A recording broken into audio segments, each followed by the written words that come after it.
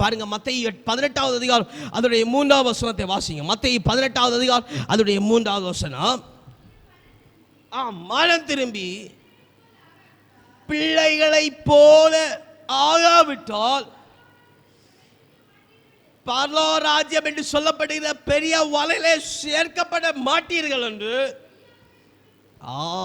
மெய்யாகவே உங்களுக்கு சொல்லுகிறேன் என்றார். அல்லேலூயா, அல்லேலூயா. இன்னும் வாசிக்கிற சுவிசேஷ புஸ்தகங்கள் ஆண்டவர் பார்க்கிற இந்த சிறு பிள்ளையை போல ஒருவன் ஆகாவிட்டால், அல்லேலூயா, அல்லேலூயா, சேர்க்கப்படுகிற நல்ல ஐஸ்வர்யவானாக்கும்படி சேர்க்கப்படுகிற தேவனுடைய பிள்ளைகள் முதலாவது சுகத்தை பெறணும், இரண்டாவது அதை பெற்றுக்கொள்ள வேண்டும், மூன்றாவது சிறு பிள்ளையை போல் ஆகணும். அல்லேலூயா, அல்லேலூயா.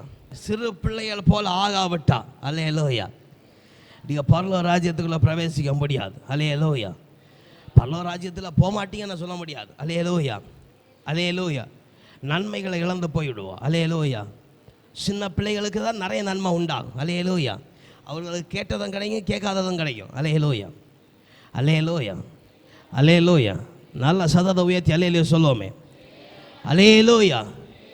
அப்போ சிறு பிள்ளைகளை போல ஆகும் பொழுது கர்த்தருடைய மேன்மை உண்டாயிருக்கிறது. அல்லேலூயா. நான் அப்போ கேட்குறேன், இந்த சின்ன பிள்ளைங்க என்ன செய்ய மாட்டாங்க தெரியுமா? தன்னுடைய பாரத்தை சுமக்கவே மாட்டாங்க. அல்லேலூயா, அல்லேலூயா, அல்லேலூயா. என்ன செய்ய மாட்டாங்க? தன்னுடைய பாரத்தை ஏதாவது சின்ன பிள்ளை சுமக்குவா. நீங்கள் ஏதாவது பாரம் சுமக்குறீங்களா?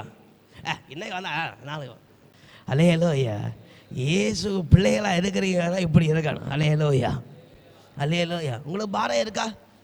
தெரியலேன்னு சொல்லக்கூடிய அளவுக்கு இருக்கணும். அல்லேலூயா, அல்லேலூயா. நீங்கள் இயேசுக்கு சின்ன பிள்ளைகளாக இருந்தீங்கன்னா இப்படிப்பட்ட இருதயத்தில் பாரம் இல்லாதவளாக இருப்பீங்க. அல்லேலூயா.